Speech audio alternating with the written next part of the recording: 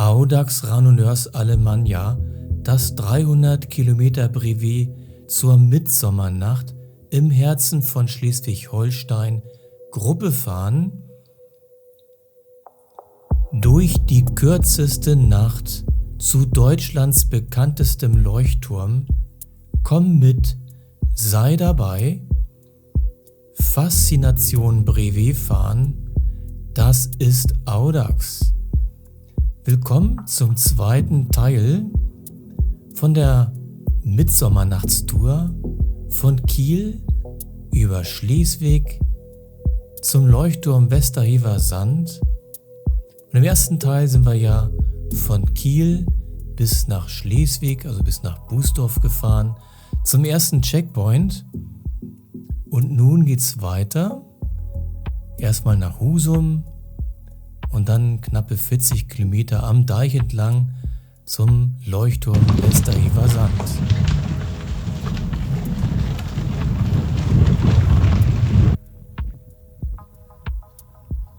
Also wir haben jetzt 9:30, haben 65 Kilometer gefahren und sind nun auf dem Track Nummer 2.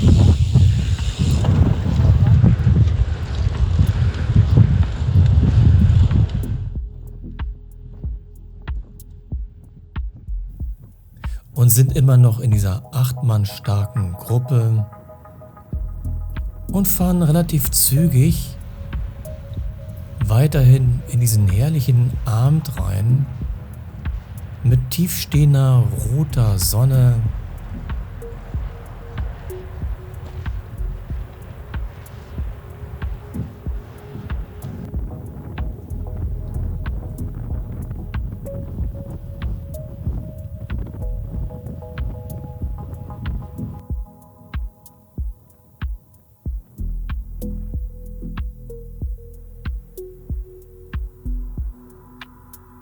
Scheiße. Ehrlich? Kommt was raus? Ja, ein Teilnehmer sagte mir, du verlierst Luft. Und dann habe ich auch gesehen, da wurde das doch recht platt, der Hinterreifen. Ja, da ist irgendwo ein Loch drin. Wo kommt das denn her?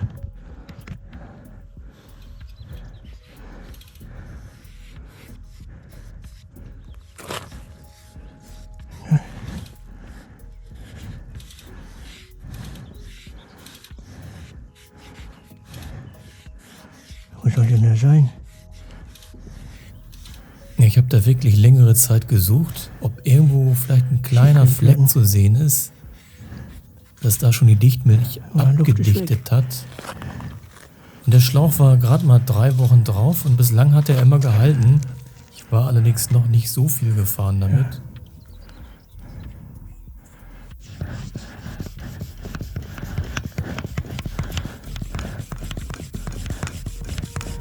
Und ich habe nur so eine Notpumpe mit, also die ist schön klein und leicht, aber besonders viel Luft pumpt die dann nicht rein. Also man sitzt dann doch längere Zeit da dran, da genug Druck auf den Reifen zu bringen.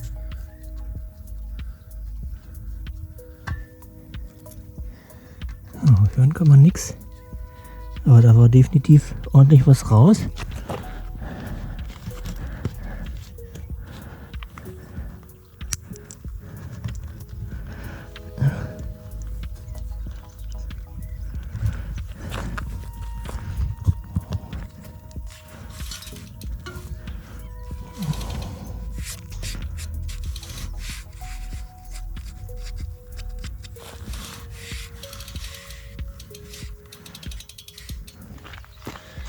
Oh, schon wieder was raus. Das ist ja echt ein bisschen blöde. Da muss ich die Pumpe zurechtlegen, regelmäßig anhalten, pumpen. Der ist ganz neu, der Mantel. Oh, da ist die Pumpe.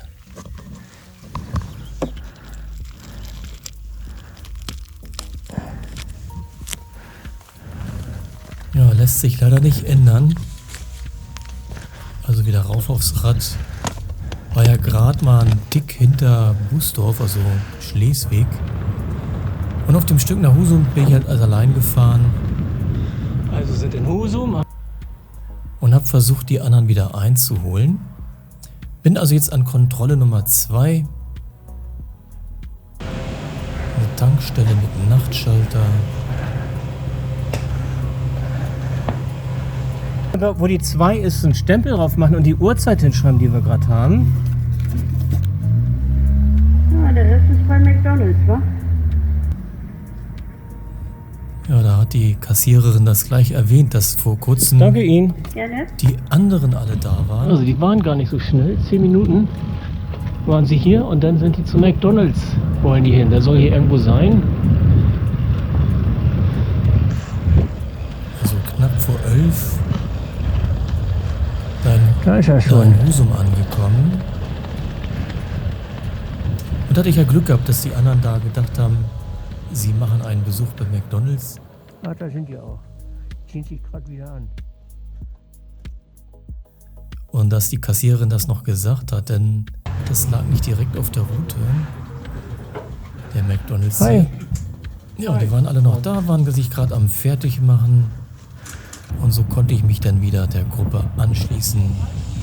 Und so geht es jetzt erstmal durch Husum. Kurz vor Mitternacht. Ist immer noch relativ hell, wie man sieht.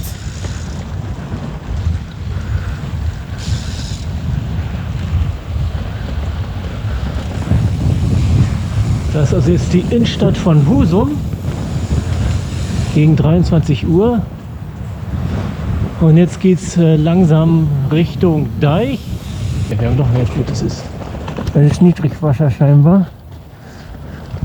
Ja, da fahren wir dann immer am Innenhafen vorbei. Da kann man schon so ein bisschen den Tidenstand sehen. Und zum Leuchtturm Westerhever sind es jetzt noch einen Tick unter 40 Kilometer. Also ein kurzer Trek. Und fahren jetzt am Außenhafen vorbei. Oder an dieser Husumer Au.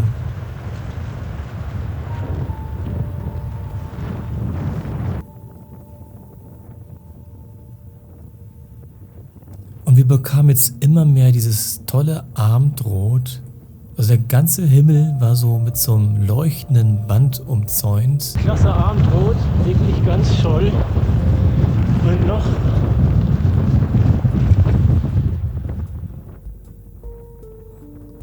Und jetzt kam auch der Wind. Westküste ist eigentlich immer Wind. Nachts war immer ein bisschen weniger. Aber hier stehen auch viele Windparks. Wir werden auch durch einen größeren durchfahren. Die wurden dann nicht für Lauen gebaut. Und so haben wir jetzt erstmal viele Kilometer Wind von vorne.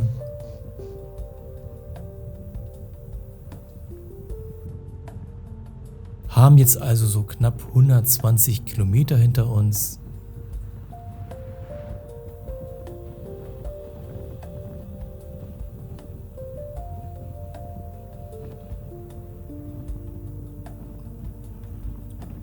Und das Schöne in der Nacht ist ja auch, dass die Landstraßen schön ruhig sind. Also haben wir für uns fast ganz allein.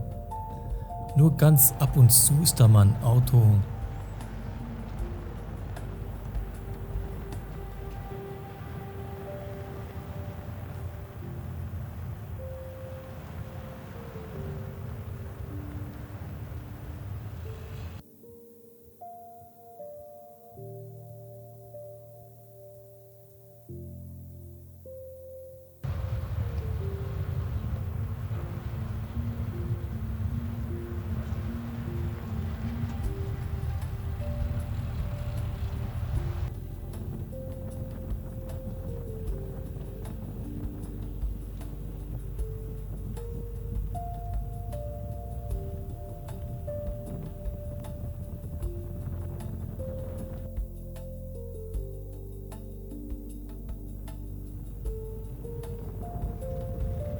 so, es wird gleich zum Deich rüber gehen, glaube ich. Dieser Zacken da dürfte der Übertritt über den Deich rüber sein auf der Karte.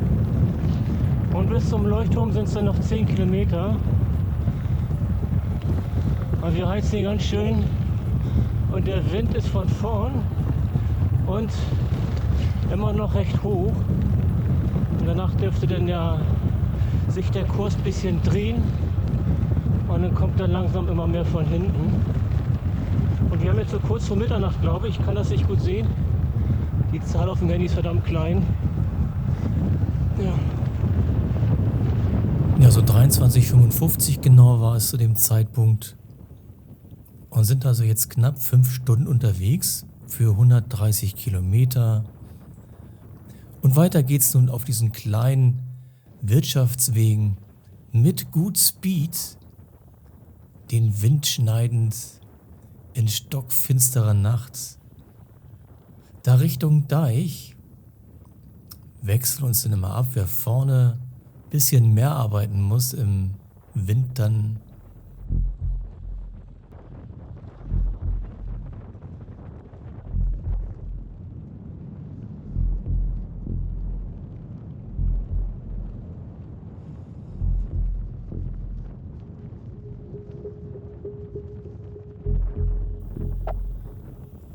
Also es hat wirklich was, so mitten durch die Nacht zu rasen.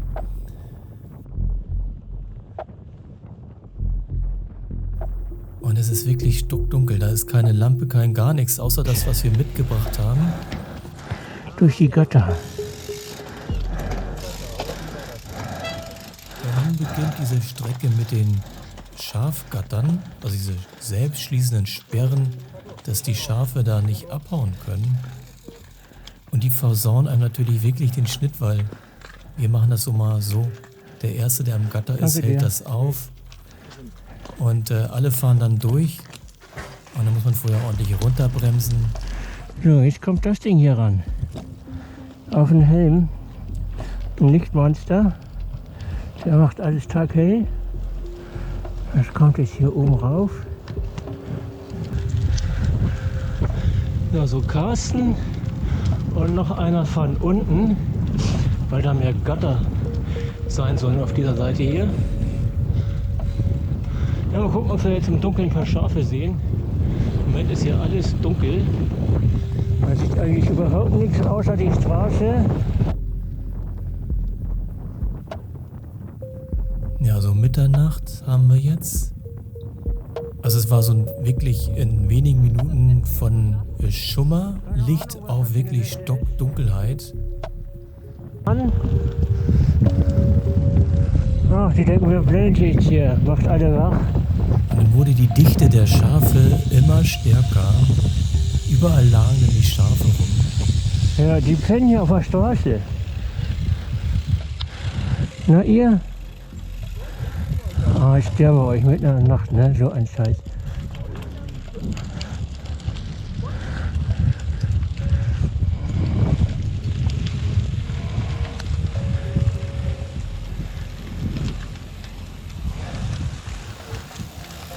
Ja, und gefühlt alle 400 Meter war dann so ein Schafgatter.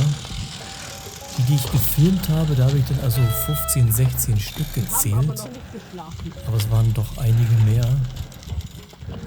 Wo wir dann immer abbremsen mussten, dann da durchfahren und dann wieder beschleunigen. Danke dir. Was ja doch den Schnitt ziemlich runterholt.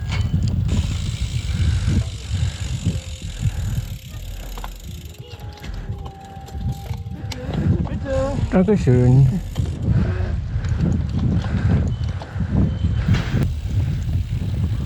Und das nächste Schafgatter.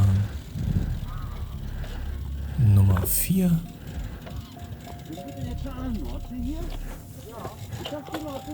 Ja?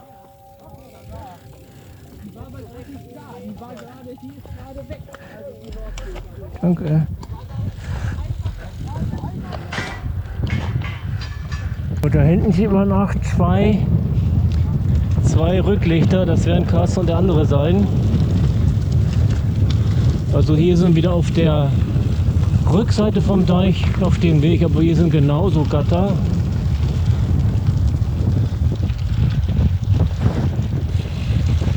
Das nächste Gatter.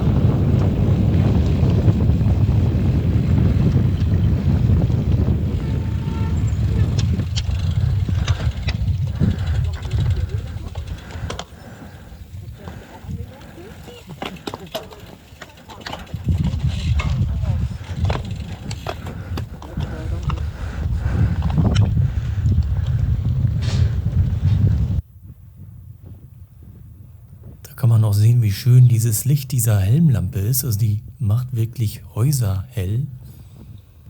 Nutze ich so ein bisschen mehr als Filmlicht, dass ich dann auch da, wo ich hingucke, ein bisschen Licht für die GoPro habe. Denn in der Nacht macht die nicht so schöne Bilder. Die verwackeln dann doch ein bisschen mehr als am Tag. Danke. So, da ist er. So schaut er aus. 2,5 Kilometer noch. Ja, womit der bekannteste Leuchtturm Deutschlands mit diesen beiden Häusern nebenbei. Das helle Licht da hinten, das ist der Leuchtturm. Und da vorne hinten sind 2 rote Punkte, das sind die Rücklichter von Carsten. Und da müssen wir jetzt auch hin.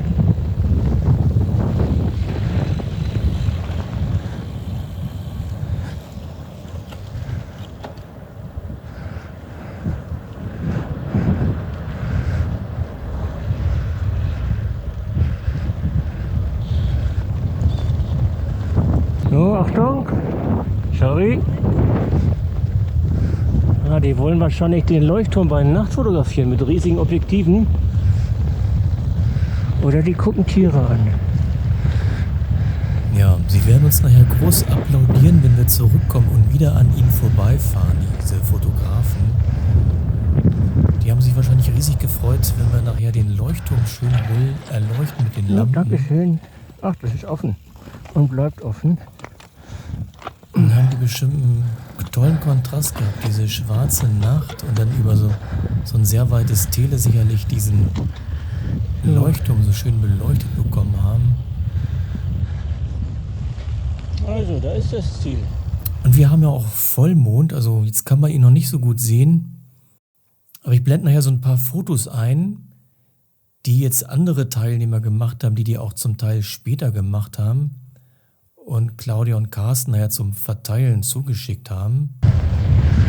Ja, dann kann man auch schon die Farben vom Turm sehen. Also schon mal schönen Dank für die Bereitstellung dieser Fotos.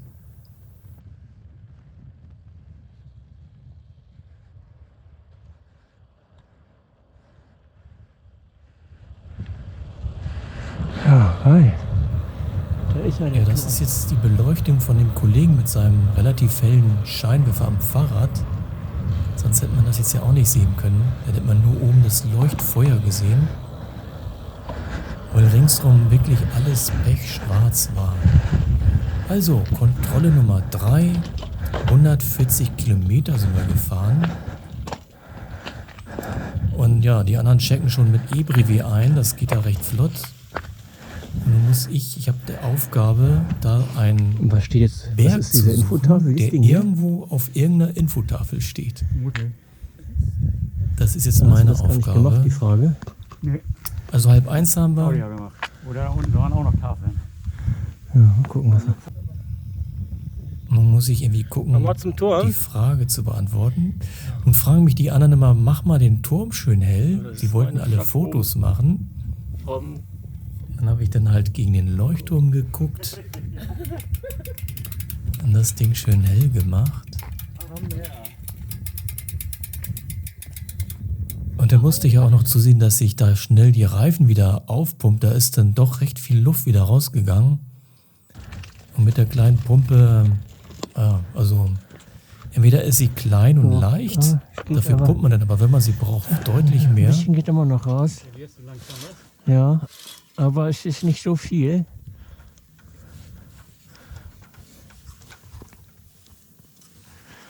Ja.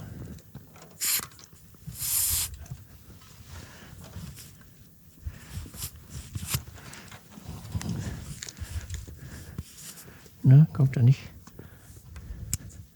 Irgendwie will er nicht. Na, ich tue mir dann doch so ein bisschen schwer mit meiner kleinen Luftpumpe da. Der dichtet nicht richtig ab. Kommt zumindest nicht. Das Ventil hatte ich wohl zu weit reingedreht. Und nun habe ich doch relativ lang da rumpumpen müssen, bis ich wieder den Druck, den ich wollte, auf den Reifen bekommen habe. Das war, glaube ich, irgendwie zwischen 5 und 10 Minuten war ich da am Pumpen. Danach war ich richtig so ein bisschen aus der Puste.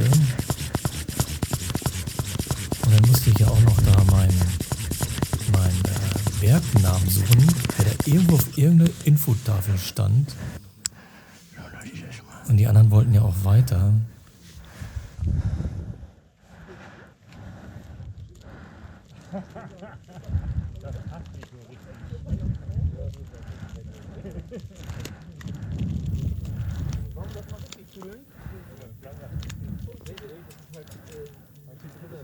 Denn mit dem Vollmond im Hintergrund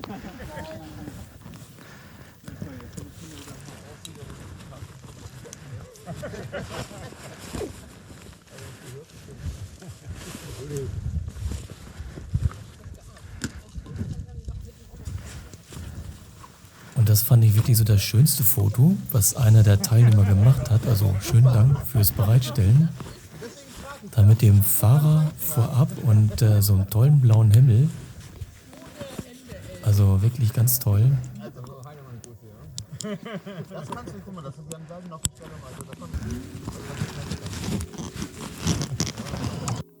Ja, das war also der zweite Teil. Weiter geht's jetzt Richtung Eidersperrwerk.